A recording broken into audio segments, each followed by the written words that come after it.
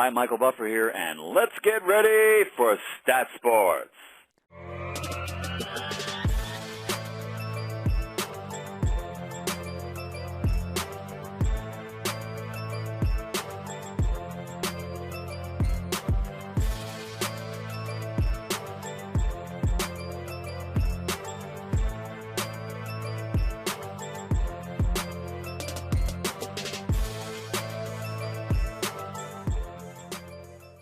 So here with the great John Sterling to be here tonight to support Joe Torre. What does it mean to you? Well, first of all, he's a terrific fella. And, you know, we've been friends since Atlanta in the early 80s. And I think 82 was his first year. And I had just gotten there. And so I come, you know, every year I can. And, you know, I want to support this. It's a wonderful cause. And I'm all for it.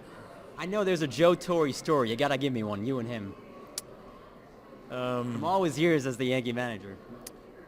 Well, actually, I have a lot of stories because... We got a lot of time. Let's go through them. Because on the 12 years that he was with the Yanks, most road games, most nighttime road games, we went out to dinner afterwards. Yeah. I wish I could think of a great Joe Torre story, but I think it's wonderful that he's invested his time, he and Allie, who have invested their time and their effort into doing this. It's a terrible thing when people have to use the services, but it's a good thing the services are there. Now, John, you're living out so many kids' dreams of being the Yankee announcer. When you kind of reflect back on your entire career, how do you put that into perspective? Well, the funny thing is, I knew what I was going to do when I was maybe 10 years old. So I never had to worry what I was going to do. I have 4 kids. Yeah. They don't know what they're going to do. And they're all in college. Yeah.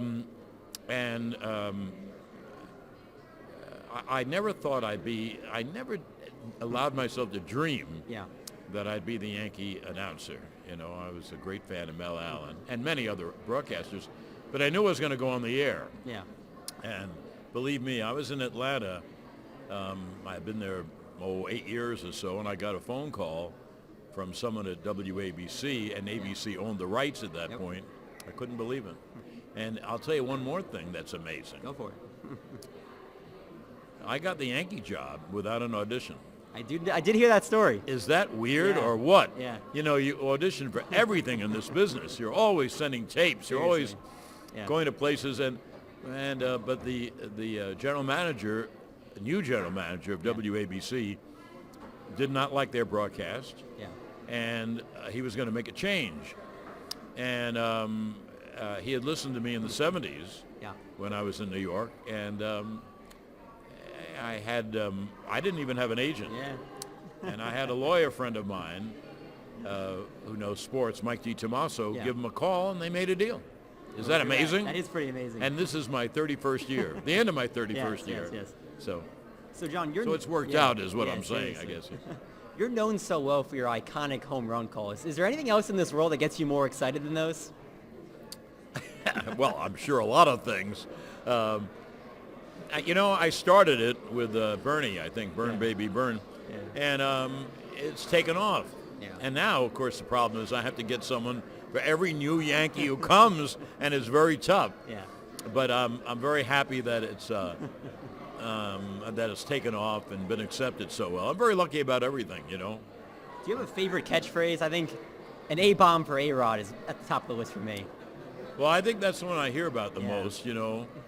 Robbie Cano, don't you know? Yeah. And I can't even think of them, but you've hit on a couple of pretty good ones. Final thing here, just this is such a special season. Kind of, how do you reflect on it? Well, it was a very unusual season because of the amount of injuries to their best players and the extraordinary amount of time they lost. Yeah. And, you know, Aaron Boone just lost the Manager of the Year. Yeah. My goodness, he should have been Manager of the Year. Yes, he should have. I was very angry too, John. I mean, look who he was without. I know. 30 guys on the IL.